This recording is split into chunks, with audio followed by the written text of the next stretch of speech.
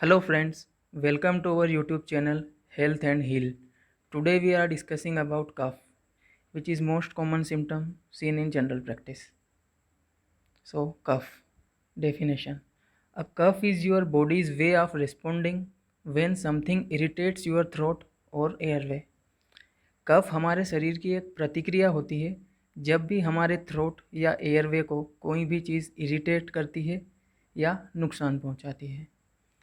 Ordinary dry cough with throat pain arising from pharyngitis, laryngitis, and bronchitis is one of the most commonest symptoms seen in general practice.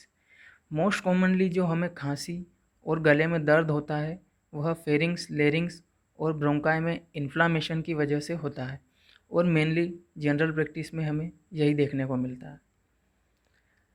Drug treatment for कफ.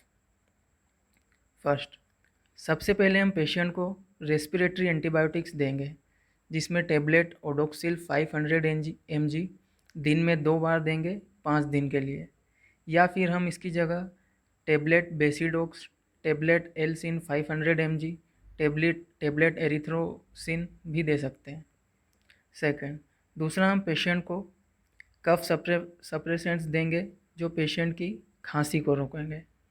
इसमें हम syrup क्लिनिकटस दे सकते हैं जो कि patient को दिन में 3 बार लेना है, और इसमें हम लोजेंजेस भी दे सकते हैं जो कि कैंडी होती है जिसमें ड्रग होता है,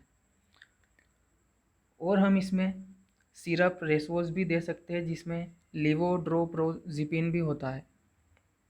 थर्ड, अगर पेशेंट को बुखार भी हो तो हम उसमें पैरासीटामोल टेबलेट्स भी ऐड कर सकते हैं. Fourth, if associated with common cold and antihistaminic. अगर खांसी के साथ सर्दी भी होती है हम उसमें एंटीहिस्टामिन्स भी ऐड करेंगे जैसे कि टेबलेट रिलीफ जो कि एक एंटी कोल्ड कॉम्बिनेशन है. Fifth, if associated with body एक एंड एड एनसेड्स. अगर पेशेंट को बदन में दर्द भी हो तो हमें एनसेड्स ऐड करने हैं जैसे कि टेबलेट डिस्प्रिन और tablet Combiflam. Sixth, if associated with occasional bronchi add bronchodilator.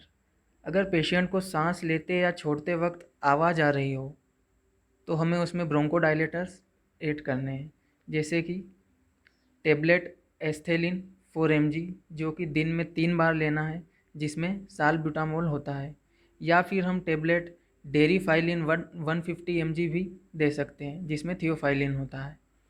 7, अगर पेशेंट को खांसी के साथ स्पूटम या खंखार भी आ रही है तो हम उसमें एक्सपेक्टोरेंट्स ऐड करेंगे जैसे कि सिरप एविल एक्सपेक्टोरेंट या टेबलेट ब्रोमेक्जिन जो कि एयरवे को क्लियर करेंगे.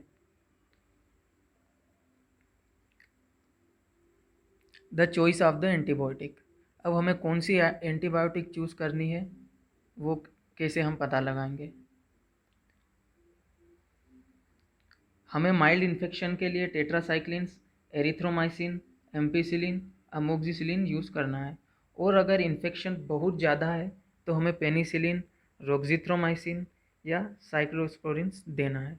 Instructions: steam inhalations 2 to 3 times a day, aid to water, tinct benzoin Vicks और Amrutanjan. Warm salt water gargles.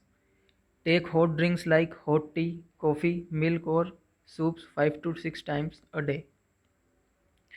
Fourth, if cough is severe, advise rest at home and voice rest if laryngitis.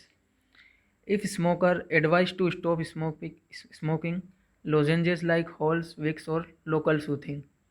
Instruct to cover the mouth while coughing using hand or handkerchief to prevent spread of infection to other family members.